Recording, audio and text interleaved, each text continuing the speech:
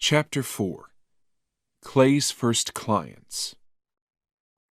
Rodney L. Britton, chief paralegal of the law offices of J. Clay Carter, visited Adelpha Pumphrey, who was sitting behind her basement office desk on New York Avenue, staring expressionlessly at the wall of security screens in front of her. Her son had been dead for 10 days. "I'd like to talk to you for a couple of minutes," Rodney said, showing her one of his new business cards. "About what?"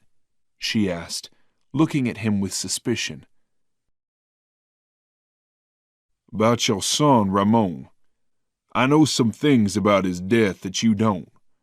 I'm sorry to be talking about it, but you'll like what I have to say, and I'll be quick." Adelpha looked at him quietly for a minute. Rodney wasn't like other lawyers she had known.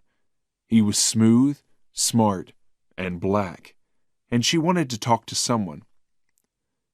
"Meet me in the cafe upstairs in 20 minutes, she said. 20 minutes later, Rodney was sitting over a coffee talking to Adelpha. "I work for a lawyer here in town, a young guy, very smart. He's discovered something about your son's death that can get you some big money." Adelpha showed no reaction, so Rodney continued. "The boy that killed Ramon had just walked out of a drug treatment center where he'd been locked up for 4 months. They'd been giving him some drugs as part of his treatment. We think one of the drugs made him crazy enough to kill your son for no reason." Adelpha's eyes filled with tears, and for a moment Rodney thought she was going to cry. But then she looked at him and said, "Big money? How much?" "More than $1 million, he said calmly. "You're joking." "Why would I do that? I don't know you. There's money on offer, big money. Big corporate drug money that somebody wants you to take and be quiet." "What big company?" "Look, I've told you everything I know. My job is to meet you, tell you what's happening, and to invite you to see Mr. Carter, the lawyer I work for." "A white guy?" "Yes, and a good guy, too. I've worked with him for 5 years. You'll like him, and you'll like what he has to say." "Okay," she agreed. "One important thing," Rodney said, handing her his card and talking almost in a whisper. "This will work only if you keep quiet. It's a big secret. If you do what Mr. Carter advises you to do, you'll get more money than you ever dreamed of. But if people hear about it, you'll get nothing." Clay had persuaded 2 more people from the OPD to join him in his new law firm. Miss Glick, the very efficient secretary, and his old friend Paulette Toulouse, who was happy to be earning $200,000 a year instead of only $40,000. In addition to these, he had also hired his roommate, Jonah, who had passed his law exam at the 5th attempt, but had never practiced law. After a long discussion with Paulette, Adelpha Pumphrey, the new law firm's very first client, was led down a long hall that smelled of fresh paint to meet Clay, who greeted her warmly and welcomed her into his large new office. His tie was loose, his sleeves were rolled up, and his desk was covered with files and papers, giving the impression that he had many other cases to deal with. "I recognize you," Adelpha said. "Yes, I was in court when your son's murderer was formally charged. The judge wanted me to defend him, but I didn't want to. I got rid of the case, and now I'm working for the other side. You're probably confused by all this, but it's actually quite simple." He sat on the corner of his desk and told her his version of the big bad drug company. Adelpha listened quietly, not sure what to believe. Clay finished his story by saying, "They want to pay you a lot of money immediately." "Who exactly is they?" "The drug company, but you'll never know its true identity. That's part of the deal. You and I, lawyer and client, must agree to keep everything a secret."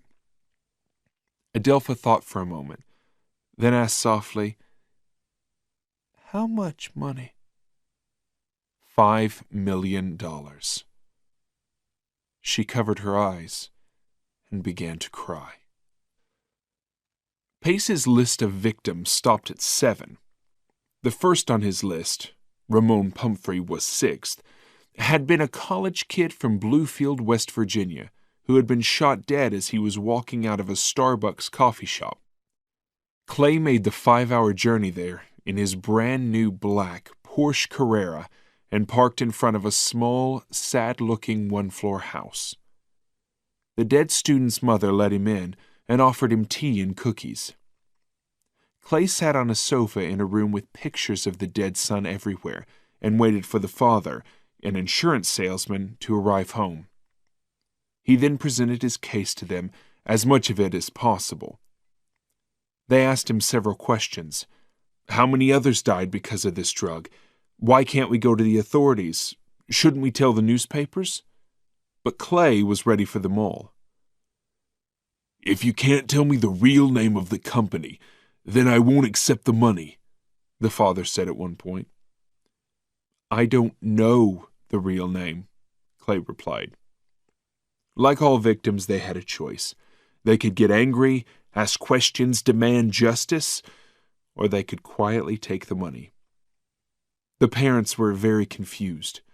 During the afternoon and into the evening, they experienced all kinds of emotions, but just after 10 p.m., Clay finally persuaded them to sign the paperwork. The last Tarvan clients to sign the documents were the parents of a 20-year-old student who had left university and had been murdered 1 week later. They sat in Clay's office for an hour, holding hands tightly, crying as they talked about their daughter.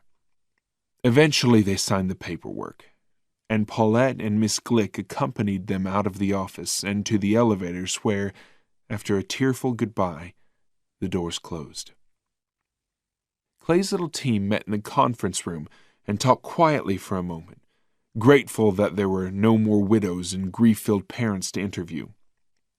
Some very expensive drink had been iced for the occasion, and Clay began pouring. During the second bottle, Clay rose to speak. "I have some announcements," he said, tapping his glass. "First, the Tylenol cases are now complete. Congratulations, and thanks to you all." He had used Tylenol as a code for Tarvan, a name they would never hear. Nor would they ever know the amount of his fees.